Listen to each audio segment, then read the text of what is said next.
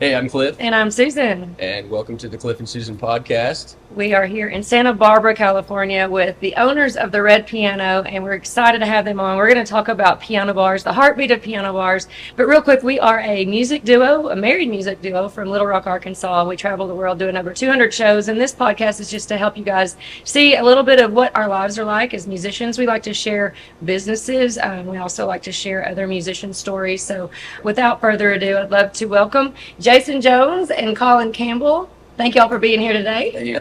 Thanks for having We didn't have any choice. Yeah, well, I know. So We're here no matter what. So we're at the end of our contract. We're here all of July every year in Santa Barbara playing at the Red Piano. And we were walking to work yesterday, and I was like, wait a minute, we haven't done a podcast in a minute, and we both have been working on projects to further our businesses. And I thought this is a great topic for a podcast discussion. So we'll just start jumping right into the questions that I have. And I mean, first, I think the story that you guys have on how you met and how this whole Red Piano started years ago, and I think it's been over 20 years. So correct me if I'm wrong, but when did this get started? How did y'all meet? And I know Cliff has never even heard this story. Yeah, no, I'm really excited to just learn the real true history of it all. I mean, I was lucky enough to get brought on, and it's almost been 10 years that I've been coming to the St. Martin. How crazy is that? That's crazy. Yeah. That's crazy. Wow. Yeah. It's tricky to figure out all the intricacies of that startup because we were wasted half the time, right? Partying. Well, I think we all were on some level partying when we found the piano bars of the bar scene, right? This was still pre-Facebook when you were coming down, I think. Yeah, I started in Very 2011. MySpace. Right. So, I mean, there's a lot of evidence that didn't get put on the internet, thankfully. Right. That's probably saving our marriages today. But I don't know. I moved. Colin moved down there before. When did you? I got there in '99. I finished up school, and I'd worked for Club Med before I went to college, and I wasn't that into college. And as soon as I was done, a buddy of mine called me up and said he was going to the Caribbean to buy a beach bar. Did I want to come? And we found a spot in St. Maarten for sale, and then I had 2 hurricanes in the first 3 weeks. Oh my gosh. He went home right away, and I was like, and got sailing. I mean, I only came here with nothing, and everybody else after 2 hurricanes has nothing. So we're on a pretty level playing field. And the community was amazing, and I just really connected with some really good people. Awesome. And was open to the idea of, I'd always had that entrepreneurial spirit, and just open to whatever. And I was doing some construction, some office work, some boat building, whatever, just helping people. And it led into the first bar I worked at and lived aboard, which was the Lady Sea Floating Bar. Wow, and they're on right outside of St. Martin. Right on the lagoon. They were at the time right on the lagoon in Simpson Bay. Oh, and, right next to the bridge. Yeah. It was a 75-foot old wooden boat that Mike didn't want a day charter anymore, and all his friends came over to drink anyway, so we turned it into a bar. And I ended up sleeping on board for 2.5 years or something. Oh, wow. It used to be out at anchor. So was that the other side of the yacht club? On the other side It of was the bridge? right next to the yacht. It was right there. Yeah. That's where Brian worked. Yeah. He worked at Lady Sea. After we He worked at left, the yacht yeah. club. It's cool. Yeah, I Mike got love him it. the job at the yacht club. Yeah. Mike and Ian Hobroth, Yeah. And so yeah, that was, and then one of the girls I was working with, the first bartender at Lady Sea, ended up leaving, and I'd been bartending a little bit by then, and took a bigger role, and we were looking for more people, and I'd met Jay by then, which was, I don't know, 2000 Yeah, I was coming there drinking with you. Yeah. There I get off work at the sports bar. 2002, which is when you got there. So what brought you to St. Martin?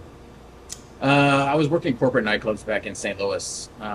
I just was ready for a change. I needed to get out of there. And I had a buddy that, like, my mom had come down to St. Martin years before. She always said it was great, but I was like, it's my mom, right? I mean, it's going to be a bunch of old people down there. And I was like, nah. But I met one of my buddies at a bar one night who was actually a nationally ranked kickboxer. He's an amazing guy. And he was like, dude, I just came back from St. Martin. That place is amazing.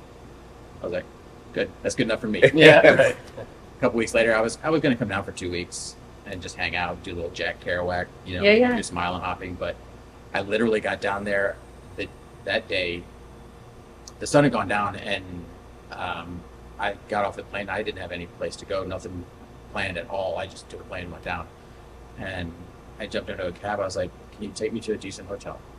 I was like, anything that's just not a roach motel, you know? How much you want to spend? I was like, at least $100 a night. He's like, sure. So he took me down and stayed at a little, I can't even remember the name of the place, across where the McDonald's was. Across the street Simpson from Rick's Bay. place. Oh, yeah. Travel Inn? Travel. Travel Inn. And Which wasn't the flag Travel Inn. It was just a knockout. it was a total knockoff. But didn't see one roach. Wish we could. So I went down, and there was a reception area that was behind bulletproof glass and all. So I guess it wasn't that nice. And I was like, where's a guy like me going to catch a drink in a place like this, right? And they said, well, there's a Mexican restaurant there where there's an American sports bar. And so I went, no, I'll go with what I know. And I went to the American sports bar and hung out there for a little bit and got to know the bartender and told him my story. Like, check out that hotel. I'll come get you tomorrow morning. Come stay with us. We got a huge place. Went over and stayed with them. And that was Will. Will, big giant, back in Florida. And that same night, they were actually looking for a bartender because the owners there worked a lot hands-on, and they were trying to back off a little bit. And so they said, well, you know what, we've got a dart league night that we do in the back there, and it's only on Thursdays if you want to come to bartend. I was like, sure, I have nothing going on. So that's what ended up leading to a 13-year stay in Finland. So when did the piano bar happen? So I know y'all both were bartending, and at some point the piano bar evolved into a thing. So. Well, we were looking for a beach bar. Okay. And I was still at Lady C, probably 5, 6 years into that, and it was just getting a little stale. And Jay was at Sunset Beach Bar, so we were in two pretty big spots. Mm-hmm. And I found some guys who were coming to the bar regularly were out of Florida, but they were managers of one of the timeshare resorts, and we got along really well. And ended up getting a handshake deal for a beach bar in front of Flamingo Resort, I think. I forget what it was. But yeah, I think it was Flamingo. It wasn't Pelican, it was the other one. Yeah. And I was like, all right, great, handshake. And I went off and I told Jay, and we're super stoked, and I let the boss know that I was done, and I was going on a sailing delivery to be gone for about a month, and when I got back, I'd be starting a new project. Come back. And I didn't get anything on paper from those guys. Came back in a month. The deal had evaporated. They stopped answering my emails. Oh, no. Meanwhile, I'd quit my job. And so that's when we started talking more seriously about, okay, what are we going to do? And I got offered my job back, but literally in front of all the staff they hired. And I was like, you can't go backwards. Yeah. So let's keep going forwards. And I took little side projects, but I really didn't work for a full year. While we searched all over St. Martin, Dutch side, French side, Anguilla, St. Kitts and Nevis, and then all over the Caribbean. About 6 months into that, you ended up. Because I was working probably 3 jobs. I was working Lady C, Sunset, Rick's Place, and Sopranos. Those were the 4 jobs at one time. Because I worked at that piano bar up there for a while at Sopranos. You didn't work at Lady C after I left, though, did you? Not after you left. Yeah. No. And I don't know where I was going with it. Well, no, the primary one was was Sunset, and you were. Then I ended up managing it there. Yeah. I had to quit all the other places. Yeah. But the piano bar, I mean. So 6 months into my time off, though, Y'all were talking about is when you go. You got punted. Yeah, I got fired from this one. John Rehak. Do you remember John Rehak, the crazy owner of Sunset Beach Bar? No, I don't A know. little Guy's bit a maniac, right? but He yeah. fired a lot of good people. Oh, wow. And I was one of them. And that's when we took the year off, basically. There's 6 more months, I think. Is it 6 more months? Yeah, I took a full year. You took 6. It's more than 6 months. Anyway, somewhere in there. So It was Sopranos came first. So I was As working far at as Sopranos, Sopranos. and then I had stopped working there, and I was going to hang out there with my friend Alex. I don't know if you remember Alex, I do. the giant, Mhm. tall Yeah. Dutch guy. And we would stay there till 5 or 6 in the morning, just him and I drinking and pounding, and found out that his friend and old business partner had a piano bar that they opened up in Pelican. And Colin and I went there and saw it. And we're like, yeah, we weren't that crazy about it. I mean, Staff we thought was the terrible. The piano player sucked. was drunk and under the piano. Frankie G. he Like, was literally under the piano at midnight. Well, he used to make bologna sandwiches before the drunken. All the guests. Before he passed out, it was that was the best. At the Well, very much end. love to Frankie G. Yeah. He's doing fine and well these days.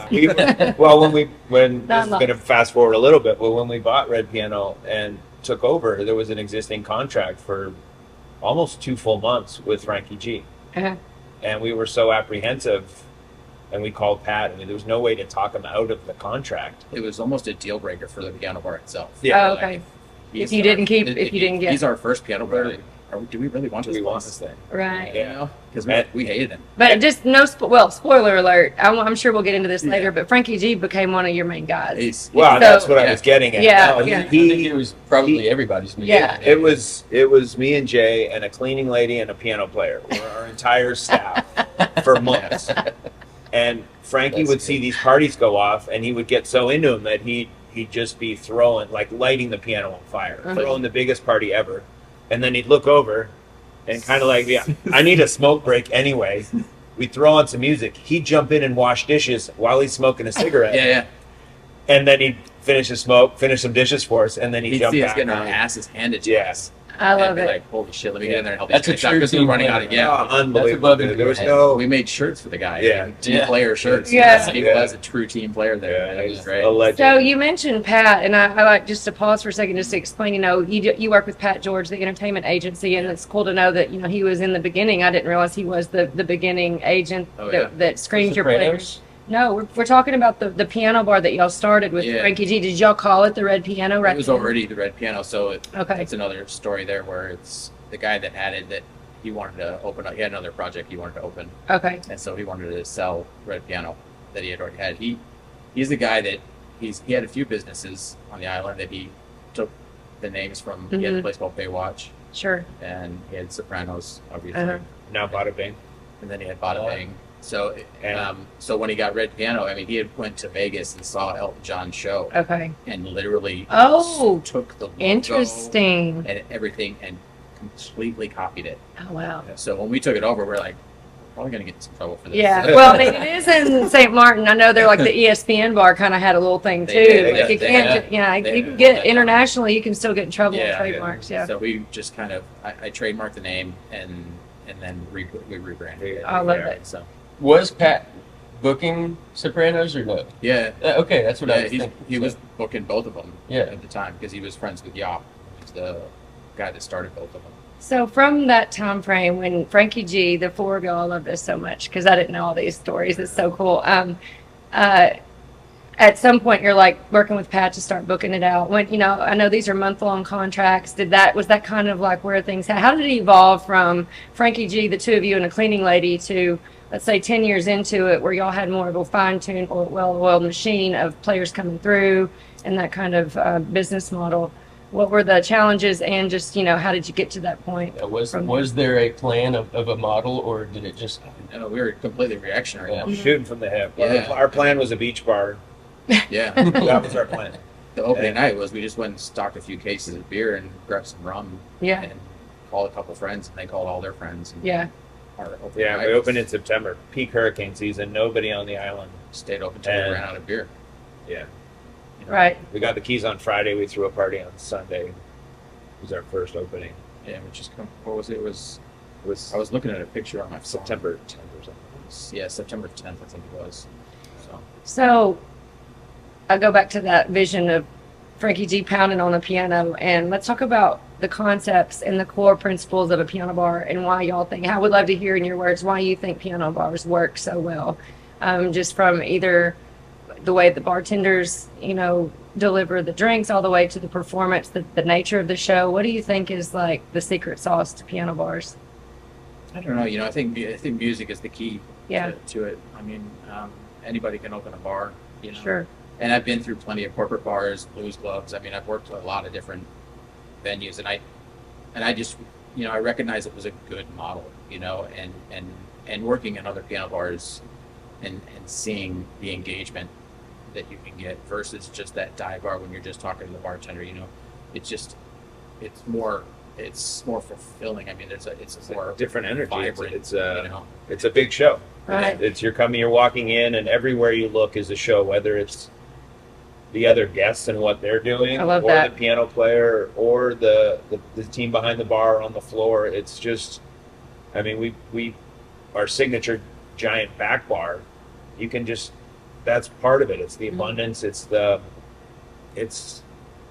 cartoon everywhere you look. That's interesting because I think of it just through I think my answer to that question is, well, it's the nature of the all request, and it's a constant and popular music and a variety show, and it's the music. But what differentiates piano bar to me from just a cover band somewhere, which can be entertaining, is that interaction, sing along, Engagement. and that level. But to hear you say it's a cartoon in every corner. Well, like some of the stuff Jay captured last weekend when you guys were playing, that bachelorette party that was back here. Yeah.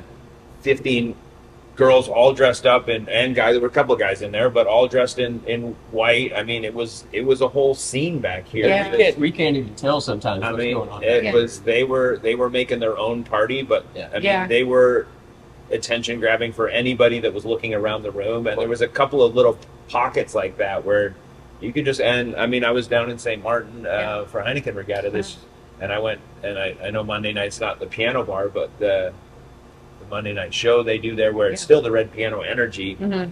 The pockets of cartoons everywhere were exactly I love that. the same. And I like. go ahead. I just want to say I like what you said. You know, kind of. It's you can go to a bar that has some music, and like you said, you're talking to the bartender, you're talking to each other. But for a piano bar, it's you walk in and now you're a part of the community. Right. It's like you're now a part of the show. You walk in, part of the show. Yeah. and it's welcome. You know, like a Yeah. lot of good piano bar entertainers, they'll see someone new walking in and immediately. I mean, and you saw when I popped the light on them. You know, Right. I lit this whole area. They lit up because they were on stage. Mhm. You know, they had to start performing, Yes. so they were part of the show right there. Yeah. And that's that's why. another thing that you understand. Yeah, And and that's lighting why is good, too. I've always, anytime we've done it, I've always made sure that our lighting guy gave me a spot that I could spot up every seat in the place. That is so huge. I think more piano bars should do that, and I Yeah. think that they. Well, I just love how your passion for the show to be right behind us. I don't know if other piano bar players are a little intimidated by that, but I love it because it's a team, and you're right behind us, and I'm like, I'll look at you, I'll say, hey, what do you think? Or you might be like, hey, don't forget to do this. Yeah, Or yeah. you've got the lighting, and you're lighting, you're strobe lighting when he's on the piano, Yeah, rocking sure. devil and all that. It's just so cool. It's a good, Really good cool. aspect to bring more value Mhm. to your. You pay $10 to get in, $20 to get in. I Right. think you have an amazing And time. I think creating memorable moments has been something I see you guys using, and we Magic moments. magic moments. Yeah. Magic. I love that, and I've taken different courses and read books about the moments in a show, and I think that's another kind of good lens to think through as you're taking them on a journey throughout the night.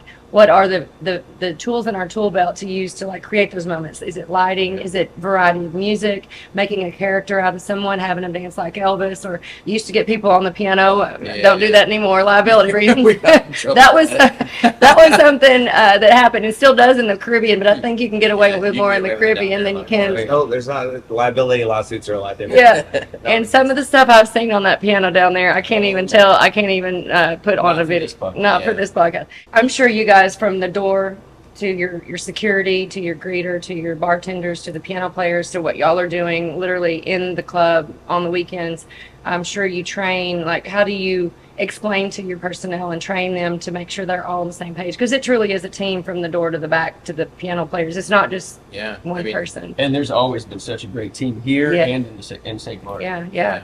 I mean, it's hard to train that support. It's always been lead by example. Yeah. So far, we're actually Any in- organization, We're really. in the process of trying to figure out a way to train it and have other people train it and replicate it as we try and expand a little bit.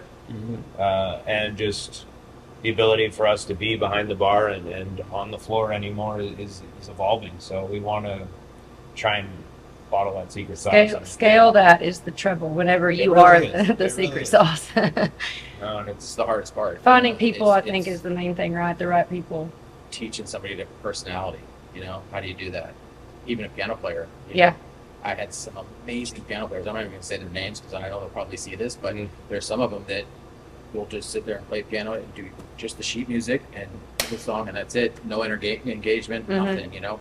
But some of the best vocals and the best piano playing I've ever seen. I just got chills because that really is what I think a lot of people don't understand. One guy in particular, I'll tell you later. Yeah. Like, he's so amazing. Like, it's almost like he's like like autistic savant. Or Asperger's, whatever. Yeah, sure. You know, that he just, after that crushing a song, just shuts down.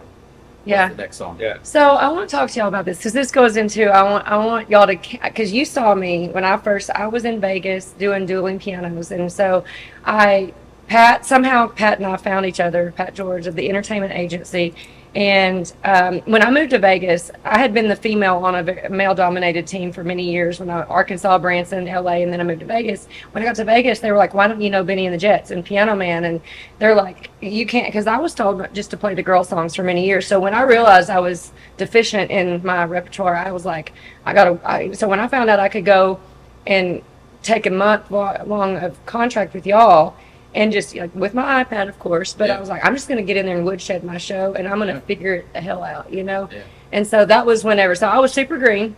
And so I would say I probably lean more into my personality than most. But two questions. One is I'd love for you to talk about what you saw in a green Susan now, and I've evolved since 13 years ago when I met y'all. And then also, to your point about the performers, I think when I met Cliff, he was he was fantastic musician and vocalist, but he had to come out of his shell as a performer. So I think it can be done with the right coaching. So first question first, what, when you see a green player, what have you seen me evolve, and what would you say was the good and the bad of that since there's some of the green players that we haven't brought back, okay, because they just don't have it. You had a lot of personality with it. You could back it up with engagement in between the songs, sure, and talking to people, and I'll say it again. It's like that, and I'm going to quote Frankie G.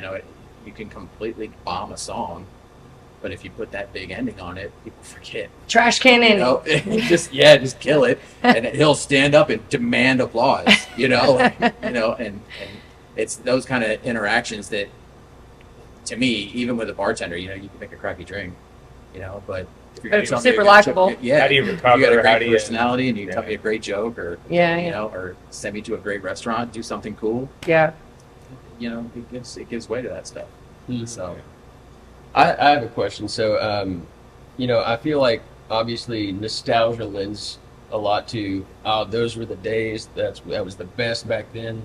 But how do you feel the shows, like the peak shows back in the days of opening the Red Piano in St. Maarten, how do they truly compare to the best shows that you've had here in St. Maarten? It's funny because we've been getting a lot of coaching lately from a mutual coach, and I think it was him that said it. He was like, "These are the good days.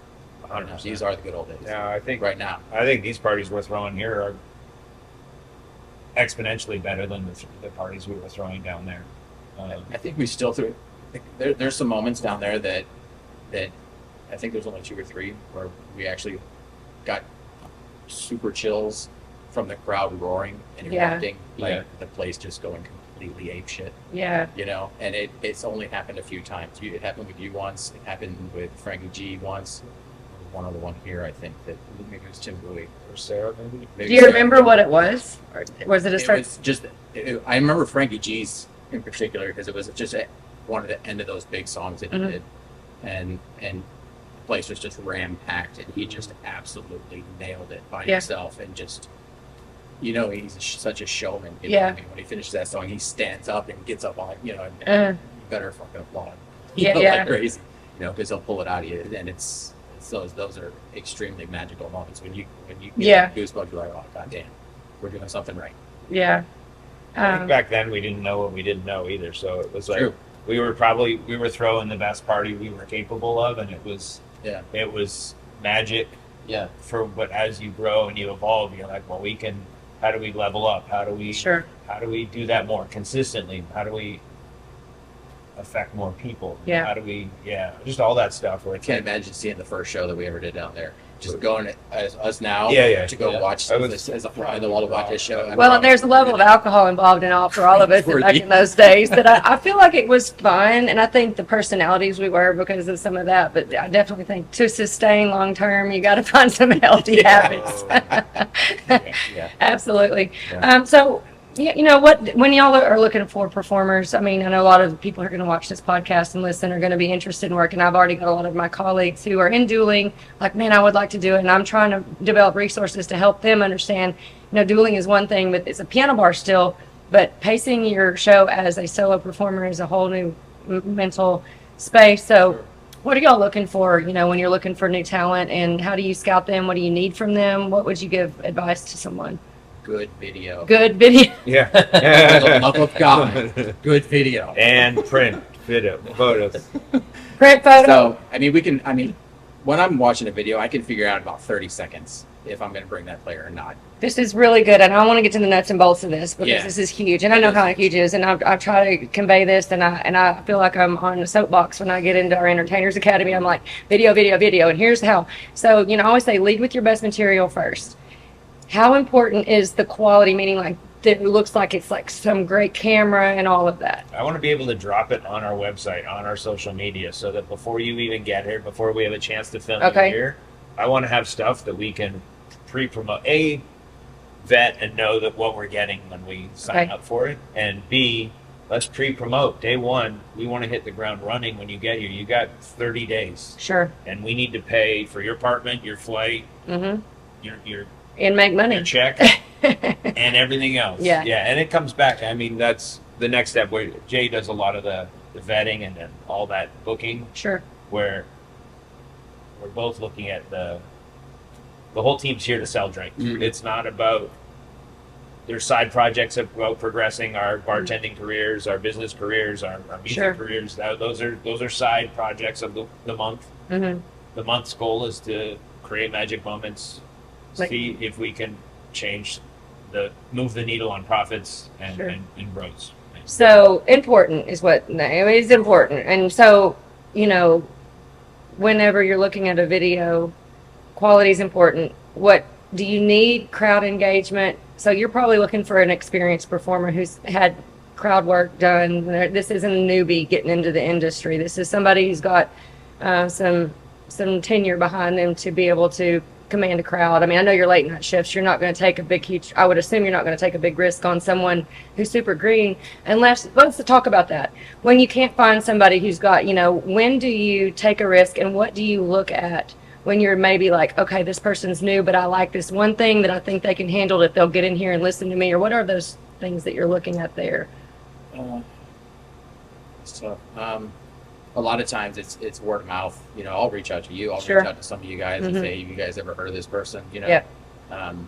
We found Jason Libbs through Frankie G.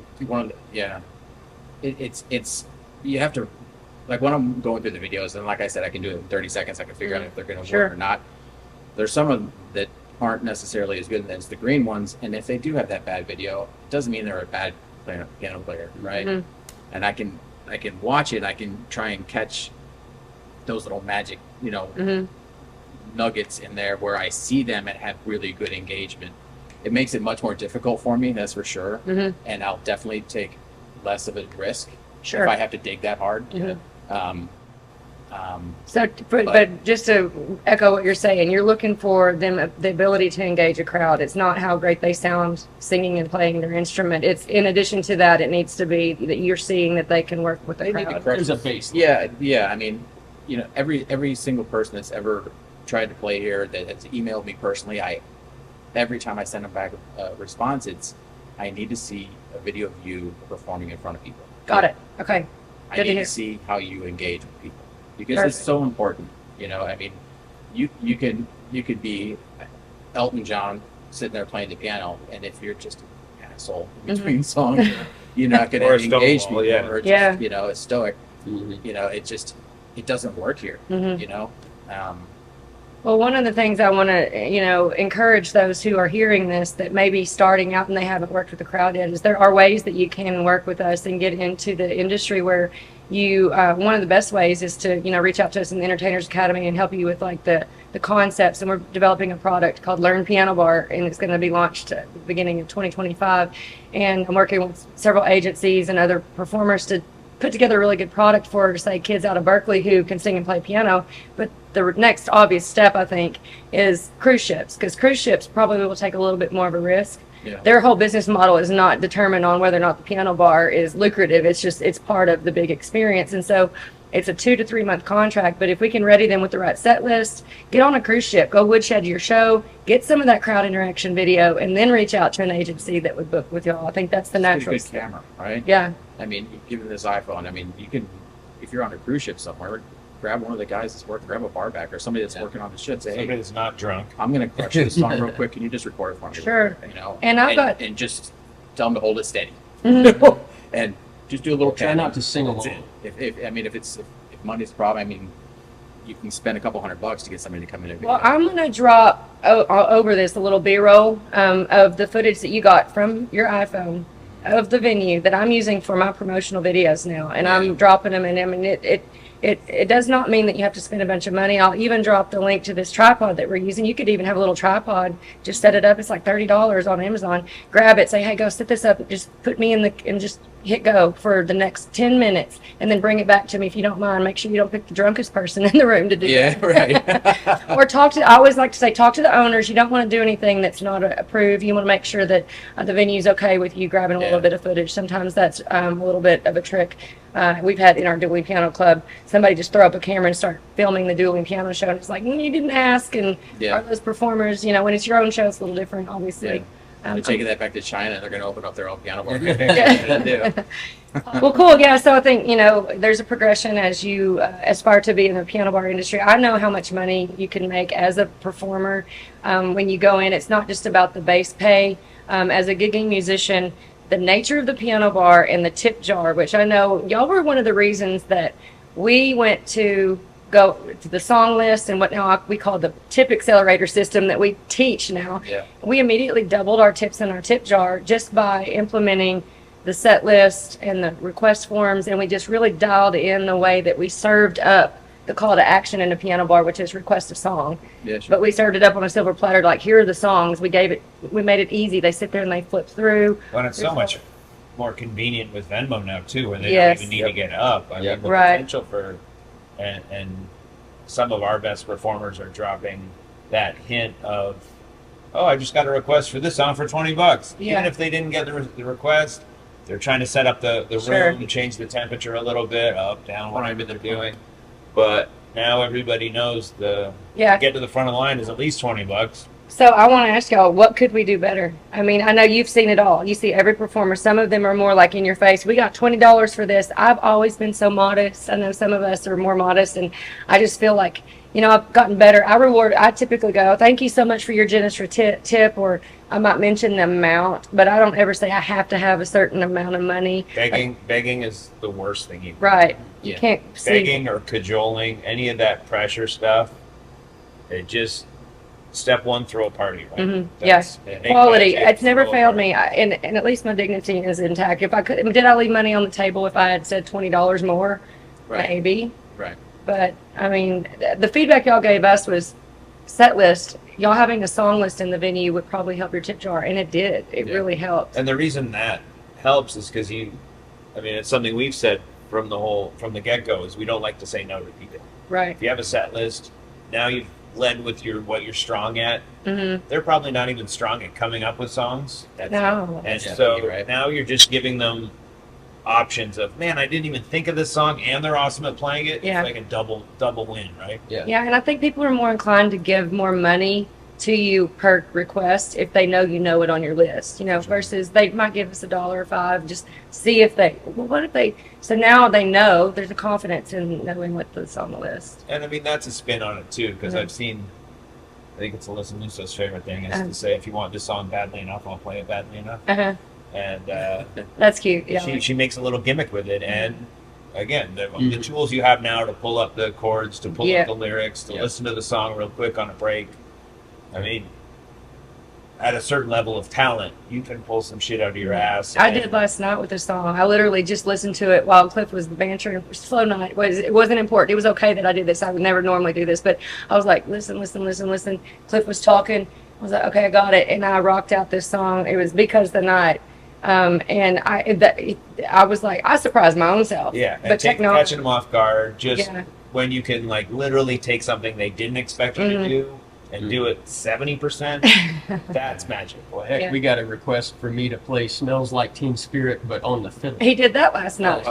Fiddle. And It's like, what? the phones came out. There was 3 or 4 people just filming the whole thing. I was like, that's actually pretty badass. It's a good idea. That's the magic moments we're talking about, right? Yeah. It doesn't. We're not going to tell you what it has to look like. It's just. And I think finding what's you're comfortable in your own skin, and then like the format is reward good behavior, encourage, call to action is request a song. I like to put tips appreciated or tips encouraged, the positive language around. But to me, it's like, and I think the money mindset of just in general in life is like money follows impact or quality. So a good quality, people want to reward you with, and that money turns into the reward. And if the energy exchange that we have in this piano bar, if done well, and I think you can dial it in with certain things you say and do. And I think overall quality is like. I think it depends on the type of venue too, right? Because I mean, dueling piano bar is a completely different show, right? Yeah. Mm-hmm. I mean, there a lot of bantering and begging for tips. Yep. From, Very much so. The mirrors, walls, the paying for shit. Mm-hmm. You know, that shit would never fly here, especially in California. You know? Sure. But maybe places in the South or in the Midwest, that shit. I mean, that's exactly what you should. I love that you're talking about that, because there is a difference, and so what I'm hearing you say, correct me if I'm wrong, is that this is more. It's piano bar, which is still all requests, which a dueling piano bar is. But this is more musicianship, more quality of song, less shtick, maybe. Maybe, yeah. I mean, there can still be that those comedic moments where we might make a character out of and do some birthday, have a girl sit on the piano and do something fun, if that's the nature of that performer's show. But I feel like, and maybe this is more inherent to Cliff and I, but I feel like we lean hard into music, the musicianship, and that's what I love about this bar versus a dueling piano. You can just leave the shtick to Jason Lives. He'll take care of that for you. Well, I mean, there's a line somewhere, and I feel like it's somewhere around where dueling bars have that. Oh, I've got $10 to play this song. Mm-hmm. $11 will make me stop it. Mm-hmm. It's like that. I hate that. That's kind of the line. It's a negative tone, right? Yeah, for us. I do that a lot in Vegas, and I feel like Vegas is very inherent to like that whole like people just have lots of cash, and it works. It can work in Vegas, but it does not work in other markets. Like at Willie D's at the piano bar in Little Rock where we met. We don't do that. We don't stop the song for, it's just, it really becomes a deterrent. But then you go to the Dueling Piano Club in Claremont at Piano, and they have a big red button where you stop, and it goes ding, ding, ding, and you stop, and they've made this, but they have trained their staff on, or their team, on exactly how to make sure that's part of the show. It's so inherent to their show now that they would not do it. For us, it just takes away from the person who made the original request. That's exactly my point, because it's like, it's, the only time it does work, even in piano bars, when you're doing like the fight songs, they're paying for something because it's their teams and that's a different thing. Yeah. But for a song, if someone brings up $20 and then someone else brings up $50, and then you're like, I'll stop the song, but it's that poor $20 person. Yeah, that's $20. That's a big request, and someone slinging around a 50 or 100. I bet the 20 means just as much or more to that person than that 100. Right. It's like, I do want to ask, so when you got in, backtracking a little bit, when you got into the red piano, I didn't know it was already the red piano, but the decor, the aesthetic, the pictures on the wall, the mirrors, was that already a part of that? No. Was that all you, and where did that come from? That's a good question. I'm glad you asked that. We definitely wanted to put our own fingerprint on the place. I mean, I think we had maybe a bit of guilt because it was taken completely and just a cookie cutter, copied from Yacht's. The inside of the original red piano was an outside European cafe look. It's called a Grand Cafe. So, Okay. so the tables that are up against the walls that had those mirrors that look like windows, Yeah. and then they had a little roof over them, like it was on a street, Mhm. and They're like vines hanging. kind of painted on the wall. I mean, it was like Of course. stucco, and That's sick I'm work. so glad. and it didn't feel like us. And a friend of ours was she'd actually done some work for me, design like interior design on my house, and she picked up my clothes. Dressed you. Yeah. Dressed you. And I was like, All right. Cam, do you want a bigger project? We're looking at redesigning, and we didn't even have the back half where the pool tables are. That was an add-on. Okay. Okay. And so at the same time we expanded to the second room, we had the opportunity to redesign. It's got a burlesque vibe, much more so than I don't see it too many burlesque photos It's in here. It's down there. We didn't go with Yeah. Yeah, it's still there. topless, no nude here, but There's a little bit more. We did put a poll in this one. No, yeah, we used to. Oh my gosh, we had a poll. Oh my god, so many If you- crazy times. if on the wall, Pam, she got all these 1920s photos. Yeah. And she actually did a photo of herself. She So snuck one on in the there. wall, Oh, I love she it. snuck in a picture of herself. It's I awesome. love it. And then we flew her out here to help us get this one sorted out too. With we put a California spin on this, and Jay's really good at finding antiques and just stuff like all these sconces. Yeah, I it's don't know so where he found them, but I know y'all talked about doing a calendar at one point. I just had a thought. It would be cool if each of your performers Every year, were right like now. dressed up in the burlesque style, but it could be comedic tongue in cheek, or it could be For like sure. owning it and just I ha can't ha, wait to you see know, what like you do with Click. yeah, no. Just wait. For the calendar. It's for the calendar. Yeah, the yeah. I'm sure we'll do it for I'm sure charity. We got to get a charity involved, and then we can all say it's for good cause. But yeah, we sat down with Pam and talked through the kind of all the ideas, and the oldest original piano bar in our heads in St. Maarten, which is half French and half Dutch, was the old French bordello, right? Yeah, yeah. And the Folie Bergère, and just that sexy. I love it. We started a bar that we like to drink Art at, and our friends like to drink at, and we could help everybody get laid at. And so it felt like it leaned into the right tone. Well, Just upscale enough, but down and dirty when you want it. So what was the secondary room before? It used to be the tennis pro from the resort's office. Okay. much more exciting. Because Well, they threatened to rent it out to a pizza place. Oh. They just didn't want a neighbor putting smells or Putting smells. I like Smells in my just- bar. Yeah, right. messing with our traffic, and just so we didn't necessarily want or going all thought we needed stinking to up the expand, place. But, Especially with that French cheese. Oh god. but yeah, no, it worked out quite well, and just having a calmer, more quiet side, giving people that option to not be right in the middle of the party and not Yeah. be. No, it works so great too. it's a nice Yeah, balance. Well, It's fun. It's fun when we play there. It's like, someone will request a song, and we know to see. Obviously, we can't see back there, but we'll be like, who requested this one? And we'll hear. Back. I did. From still here. From They're the just floor. back there playing pool, having a good time. So it's fun having that little space back there. Yeah, but I mean, we were really intentional when Jay found this spot. That idea of a long, narrow room, Mhm. the piano attached to the bar. There's some ingredients that we need in the main function of. I love that you brought that up. I think Yeah. that long, narrow, which increased proximity, it's the closeness. If you have a big room, it's like we're almost tribal in a sense. Like humanity needs to be together when we're singing along, and it just spreads, and this big fun party happens in a small space. Keeps it intimate. Yeah, intimate. On a Tuesday when we have 30, 40 people, you can still make it feel packed if you, Yeah. as a piano player, Right. as the Mhm. bar staff, you Yeah. position the people. Hmm. And then on Saturday night when we have 200 in here, Mhm. it's still, Yeah. it still works.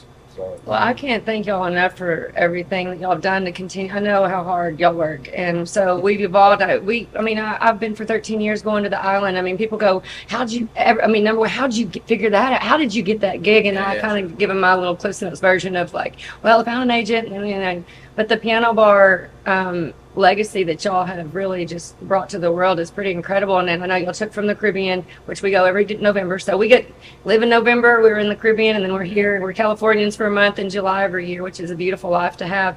Y'all came out here, I don't know, real quick, how did y'all decide to come to Santa Barbara and evolve to this point? And then my next question is going to be, advice to future entrepreneurs or anybody looking to do piano bar. Where do y'all see the industry and your business growing? But first of all, how did y'all get here to? I mean, I was stationed out here in the military back in the early 90s. Oh, okay.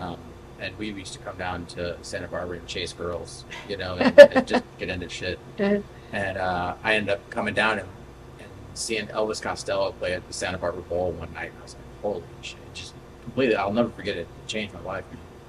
And ever since then, after that show, I always said that I'm going to go back to Santa Barbara with me. Okay. And after being in the Caribbean for, I guess we've already been there almost 10 years. Maybe.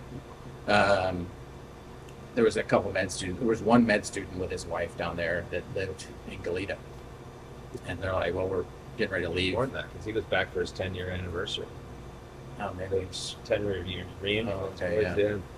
So I just got talking to them, and I was like, well, maybe one day we'll bring a red piano out there. They're like, hell yeah, bring it out. That'd be awesome. And so it just kind of made it happen. I mean, I started in San Diego, and I knew I was going to kind of work my way up. I did some research. I found out where there was a piano bar, where there wasn't. Santa Barbara didn't have one. San Diego did have the dueling place. I think one other one, small one. But I think I had already had it in my head that I was going to come up here. So once I got up here, we just I mean, Paolo and I were walking down the street, and I walked in front of this place, and they were playing good hip hop music in here. This is the club that was here, but it was completely empty. The Okay. DJ was killer, but the place was empty, and I was like, That's it. and I had walked by, and I was like, wait a minute. And I brought Paolo all the way back. I was like, you know what? This is the kind of place I'm looking for right here. Is because you can see this owner does not give a shit anymore. They're done because they're in the middle of the busiest block on State Street. And I was like, this is it.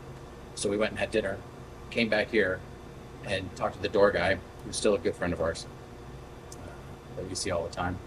And said, man, you guys were still playing some great music. And he's like, yeah, man, come on in. And so we came in and sat in. At this point, I wasn't drinking anymore, but Paula was. And she ordered a shot of Don Julio 1942 from the bartender.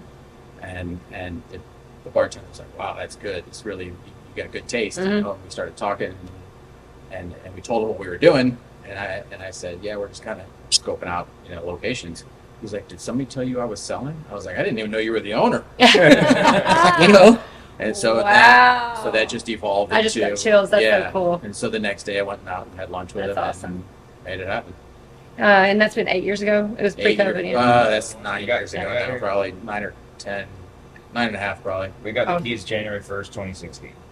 Well, y'all have got it now down to the model, and you've got the business going. So where are y'all headed? Where are you No, headed? I mean we're still looking. I mean California is. I mean we're learning more. I mean we love it out here so much. You and I have had conversations about this. It's such a beautiful place, and there's so much to do. I don't know if that's what's kind of deterring the nightclubs and bars from filling up. There's a lot of musicians and big bands that tour that are pulling LA out of their Really? out of their list. I've heard that, yeah. And that's interesting because back home and there are, I would say, post COVID, I think we've all kind of been pushing a boulder up a hill, and it feels more normal this year. And I mean, we've seen good success, but there's certain cities that are still killing it and doing really well. And so I mean, I think some of those are more touristy markets. Obviously, this one is touristy, but it's in That's different. what we look for. We look Our tourism numbers are down in Santa Barbara. Okay. Yeah, so the hotels are some struggles there, and it's a small market on a good day. So it's probably time for us to build. Now, are y'all thinking you gonna keep this one going? Yeah, well, Yeah. I mean, this one's doing great still. Yeah, I mean, okay. it could be doing better, but I mean, it does good enough where it's a staple here in Santa Yeah. Barbara now. I mean, Yeah. Sure. it's, We do a lot of nonprofit work. Yeah. We really we've got a great team, and it really feels like we're part of the community here. So we don't want to mess with that, but. And we can't really move and open another one until this one's done, right? Yeah. We're still working on it. It's a Well, daily battle for us. So, but we're trying to these classes and stuff we're taking right now. We're grow it and make it scale. Learn how to scale it, how to bottle it up, and replicate it. Yeah, well, I'm excited to see where y'all end up because you know we're gonna be There's a right couple behind places. you on your coattails, going, okay, sign us up. And y'all are so forward thinking, and y'all, I think every move you make it seems to be the right move somehow, you know. So Yeah. you just, Hang on long enough. Eventually, you're right. well, and Poking it's like, clock is right like you, twice a you day. do the research, you go above and beyond yourselves. and we're not trying to try stuff, man. To try and fail is better than to not try and just think you've got good ideas, but you never give them a shot. So it's Awesome. Well, I mean, y'all tried on us. I don't know if we were the first duo that you brought in St. Martin, but you know Oh yeah, that's a good angle to. you know, I don't know if we were one of the first or the first in St. Martin to be a duo. But yeah, I would think you know, y'all were already out here. We're just gone from St. Martin at the time, but that was almost 9 2016. years ago. That was 2016. You were still there. Yeah, so Yeah. Oh, maybe. Yeah. Okay. 2016. No, 2015.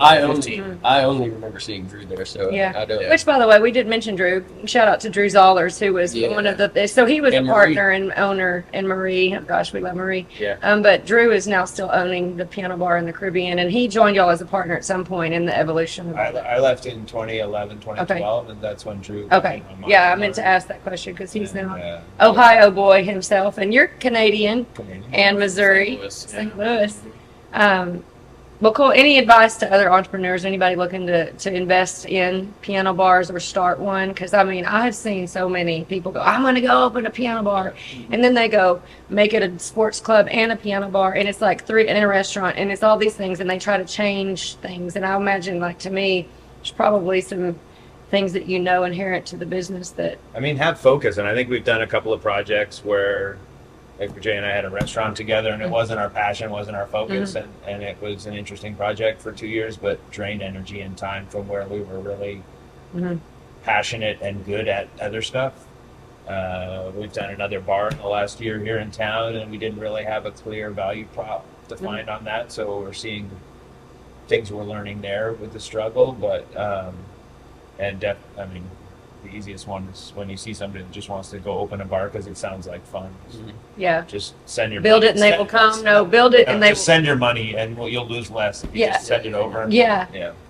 Somebody said if you're thinking about opening a piano bar, it was actually Tammy Tanner talking to our group of colleagues, like piano players specifically. She was saying to us as piano players, if you think about opening a bar yourself, you might as well take $50,000 and put it in the floor and set it on fire. You'll get more gratitude out of that, or more satisfaction out of that than what you're about to put yourself through. And her point was, you don't know the bar side. And back to the whole thing, it's like, yes, we know the show, but unless you're aligned with a team who understands the business model of driving profitable revenue in a bar and know the bar side, then you're going The to joke be. is usually if you want to make a small fortune in the bar business, start with a large one. Well, Actually, I mean, the best thing I would think for somebody, if they're truly wanting to open up a piano bar, go work in one for 3 months. Be a bar back in one. Volunteer. See how you like it. and I always tell people who are getting into it, just because you think you can put a piano in a room and you could have everything, but then if you don't have the talent lined up to be in there, you can put a bad performer up there and your first impression is ruined. You're going to make a name for yourself that you're going to be trying to recover for months, if not years, if you do it wrong out of the gates. So finding a good team of leaders in the industry from the performer side is critical, I feel. Yeah, and I mean, we're available for those conversations. So. Sure. Well, I'd like to. We've been copied. Yeah. We've been copied. Yeah. We know. Are y'all open to investors reaching out if y'all are there? They're thinking, okay. I imagine y'all are, because I hear the wording about scaling and you're getting ready and you're doing these things, and maybe somebody could reach out and say, hey, I love what you're doing. Yeah, we've had conversations with companies that specialize in franchising and stuff like that now that are very eager to get us on board. They love what we do, and they see the potential it has. So I get a phone call. Well, I just got more chills. Yeah, I get a phone call every couple of weeks from. Well, and I think especially. just to drive it home on why I think that, first of all, this podcast episode is going to be good too to get the exposure out there, because dueling pianos is something a lot of people know. This is different. Yeah. And I love that it's different, and it's something that should be scaled and replicated. I mean, I think of the Howl at the Moons that have been so massively successful, and they've become so corporatized that some of the secret when they've scaled, I think there's inherent issues when you scale to a massive level that Yeah. sometimes that grassroots feel Yeah. sometimes gets lost. Take And out so, That personal. That personal yeah, yeah. touch. So I think there's on the flip side for them, it's been their show has evolved and it's different than a lot of these more smaller dueling pianos clubs. But regardless, scaling a model that works. This is so different. It's not really been scaled in a way that I think it has massive potential. Yeah. And so on our end, I'm like, okay, how do I get all these performers ready to work with y'all? That's where my passion lies. Is like I've got this skill set that I took 20 years to develop. And how do I teach that in courses and then let them see my show and audit their show? And what can I do virtually so that we can scale that? But also, how do we level up ourselves? Oh, yeah, and always. continue to grow. Yeah. Well, I think, and then, asking for feedback, that was the one, I was like, what are my notes the first night? Give me my notes, and I think that's something I teach people is like, be willing to accept criticism, but ask for it, because I don't know how often performers do that. And I'm sure y'all have plenty of things you're like, I wish they would just stop doing that, or this one little thing that they could fix, Yeah. especially We're early not on. usually too shy to tell. Yeah. True. I mean, it comes right down. Again, I mentioned it once. It comes. You can see it in the sales at the end of the night. Yeah. And it's especially post COVID. We're in a time where it's every day matters. Yeah. It's we can't, if we go a full month with a shit performer, we're not paying bills. Well, and I tell another way of putting it through the lens for a performer is that you are actually an alcohol salesperson. You are not a singer. You're not a piano player. You're not an MC. You are an entertainer that is there to keep butts in the seat.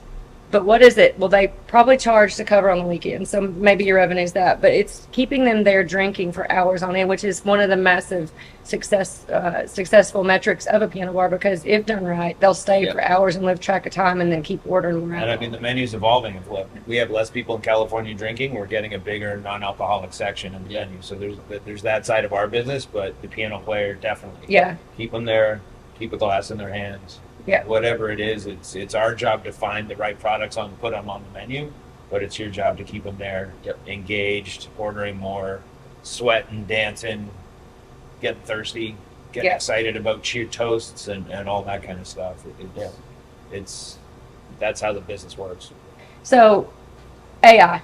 It's about It's the to future. change the world. It's the future. And I know we're all like, all right, I stay in a positive space about it, but there's going to be some fallout. There's going to be some massive shifts in the next 3, 2. I mean, it's already shifted if you really look at a lot of the things. Where do you think that it's initially going to impact y'all? And then how do you stay excited about, Pros and writing the cons. place? Yeah, pros and cons. It sure makes writing a lot easier for us, that's for sure. But I mean, I don't know. I think people have different opinions about it. I mean, I know a lot of jobs are going to be lost because of AI, but I think there's going to be jobs created as well at the same time. I mean, the way I look at it, I mean, and I don't know if you're the same with it, but people still want to go out and have experiences, and it's stuff like coming to a bar like that, which I don't know. I mean, maybe this generation or just wanted Netflix and chill, or, and maybe it is a decline in this kind of stuff, but I think businesses like this, I would like to think that they're still going to be, around and create value. Sure. For people, excitement, energy, good times for people to go out and just blow off some steam, right?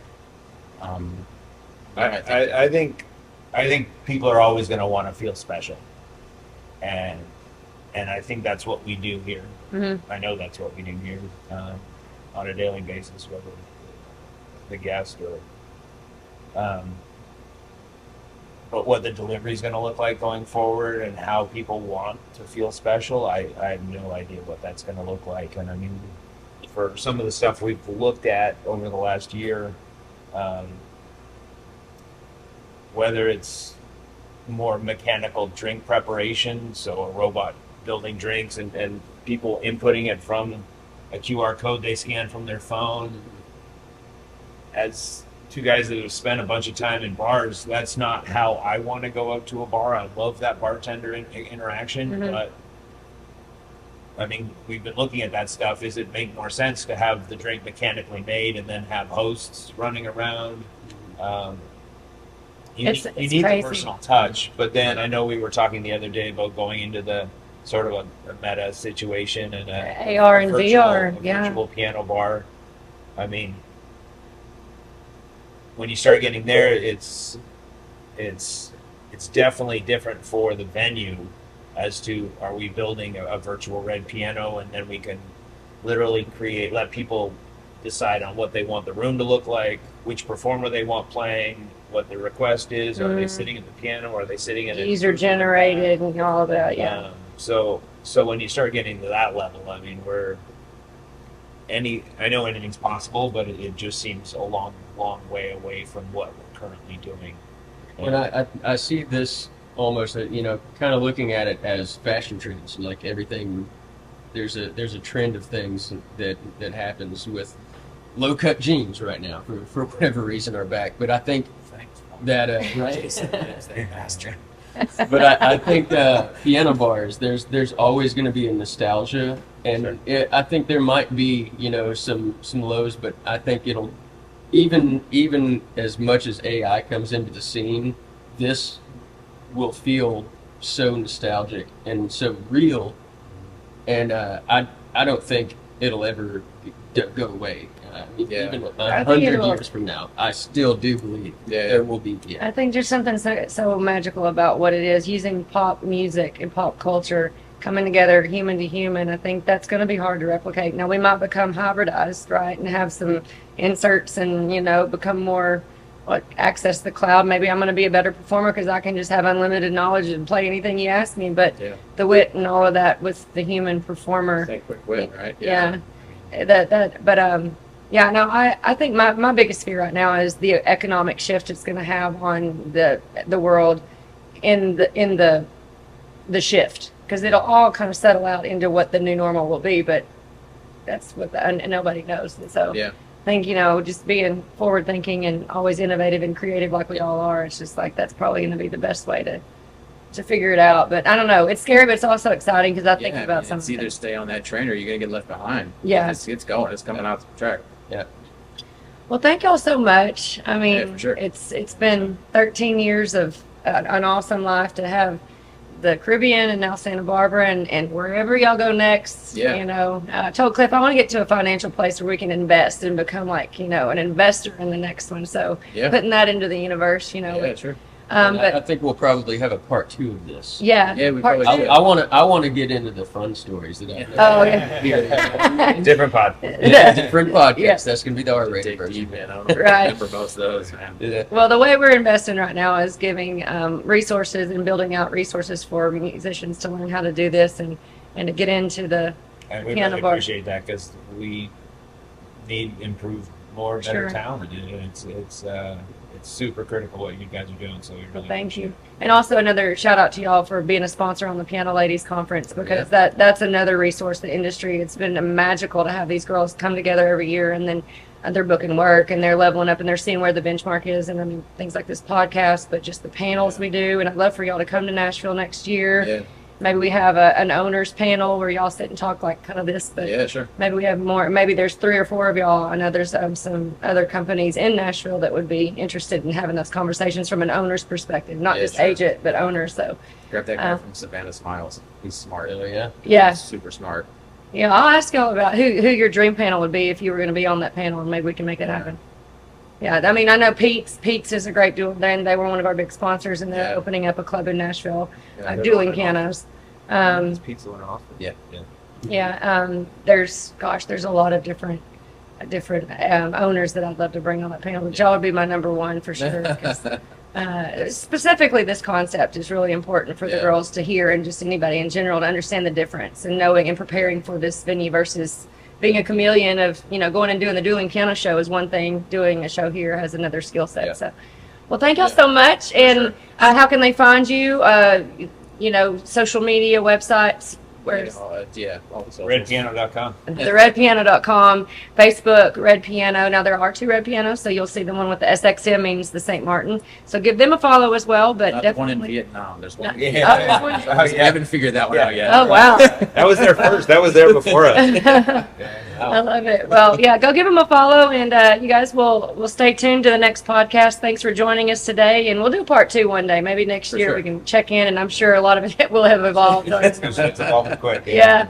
All right. Thank you guys for tuning in. We'll see you next time.